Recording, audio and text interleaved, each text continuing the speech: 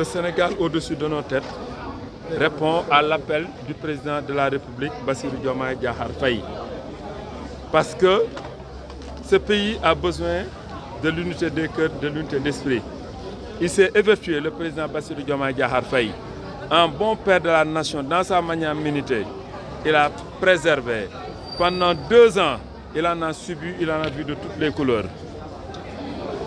Il est arrivé à un moment où il fallait prendre la décision. Parce que face à un nœud gorgien, il ne s'agit pas de donner, il s'agit de trancher. Il a tranché et nous avons compris que pour le devenir maire de ce pays, nous devons effectivement faire taire nos égos. Nous devons faire taire nos identités. Voilà pourquoi, dans une démarche d'urgence, la rencontre nationale s'est réunie, regroupant les cadres, les jeunes, les femmes, les daara, les artisans, personnes et d'autres, des experts de tous bords. Après une large discussion, nous en sommes arrivés à ce que nous devons nous dissoudre. Nous allons nous fusionner dans le grand parti qui sera mis en place, qui sera baptisé le 25. Mais pourquoi Thiès? C'est un symbole que nous sommes en train de refaire vivre. Parce que le 27 septembre 2023, la grâce par la volonté divine, par la lumière du prophète Mohammed sallallahu alayhi wa sallam, nous avions donné la fiche 111 au président Bassirou Diomaye Diakhar Faye. À notre suite, le président Fall Mao et un autre se sont mutualisés pour faire naître la coalition. Donc Thiès a été l'origine, a donné naissance, n'est-ce pas, donc, à la candidature de Diomaye, qui est devenu par la suite président par l'entregent et l'investissement total de la coalition Diomaye.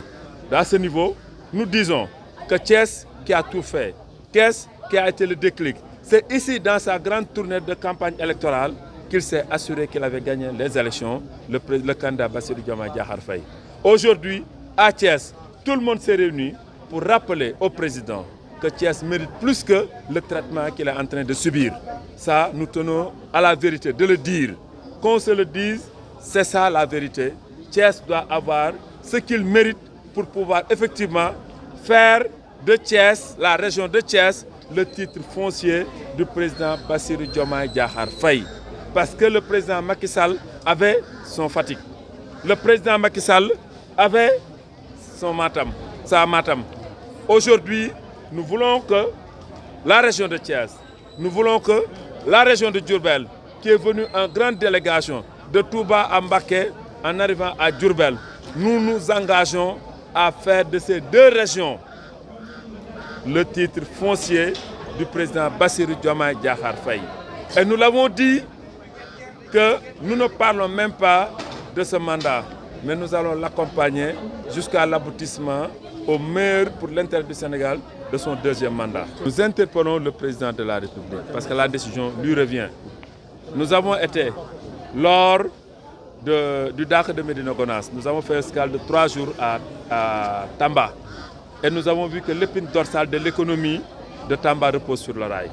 Thiès est la ville du rail. Thiès est la ville du refuge. L'histoire de Thiès, c'est l'histoire du rail, c'est l'histoire, n'est-ce pas, donc, des batailles syndicales, des cheminots. Donc, Monsieur le Président doit avoir une oreille toute attentive.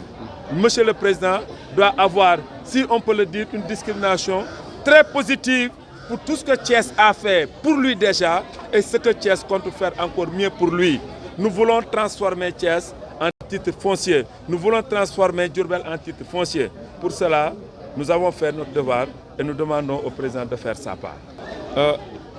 Gannaaw ba président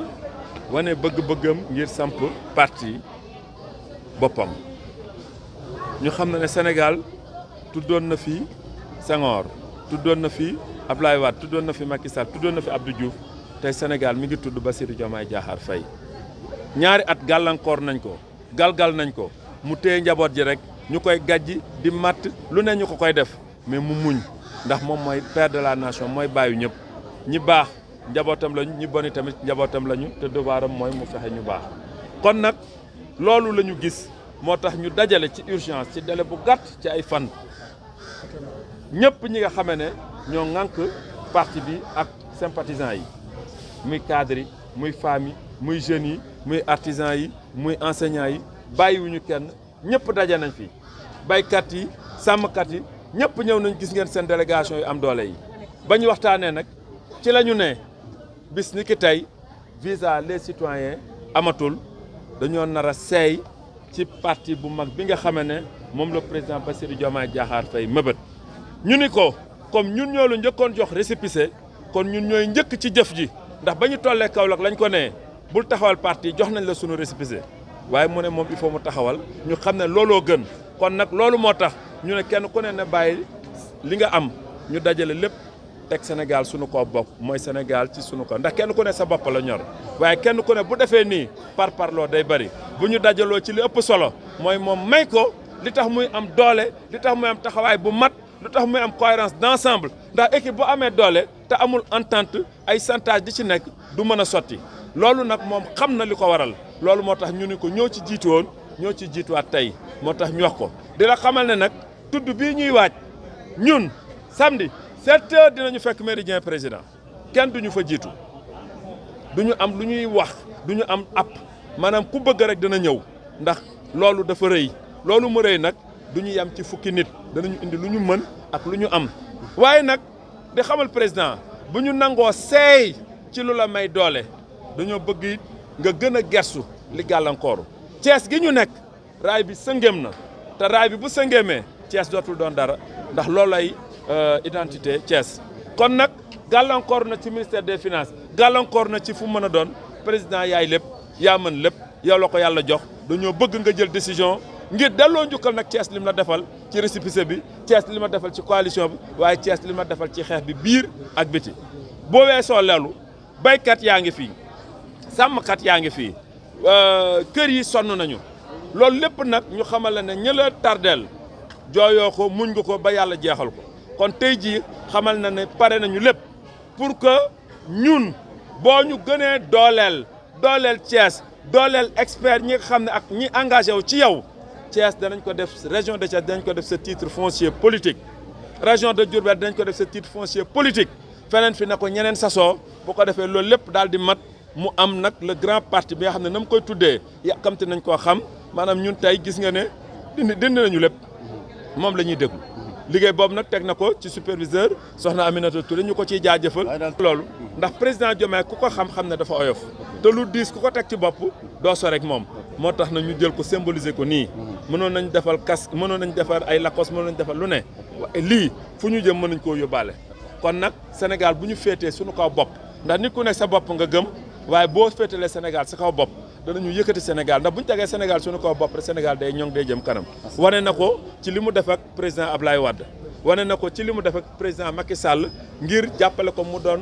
prochain secrétaire général des Nations Unies kon loolu ñu ngi koy jaajëfal mi ngi dajale mi ngi def inclusion waaye ñu ngi ñaan mu gën a yaatal ndax lu bari des na te bëgg nañu mu mat ci CEDEAO bi ñu ngi ko ciy jaajëfal ndax président boo doonoon cuune say morom say naataangoo duñ la fi teg te am na lu bëri yaa ngi koy réglé ñun ambassadeur de paix lañu dañuy dem ci réew dañu nekk ci réseau 161 pays xam nañu lu bëri looy def te Sénégal xamu ko ndax boole wax dara ak wax monsieur le président ñi la gëm les soldats en première ligne ñi nga xamee ne ñooy soldats yi taxaw ci kanam ngir boo nee weex na ñu ne tàll boo nee ñuul na ñu ne kukk waaye bu doxalee dinañu sëgg ci suuf wax la ko pour nga mën koo jubati asalaamaaleykum wa rahmatulah.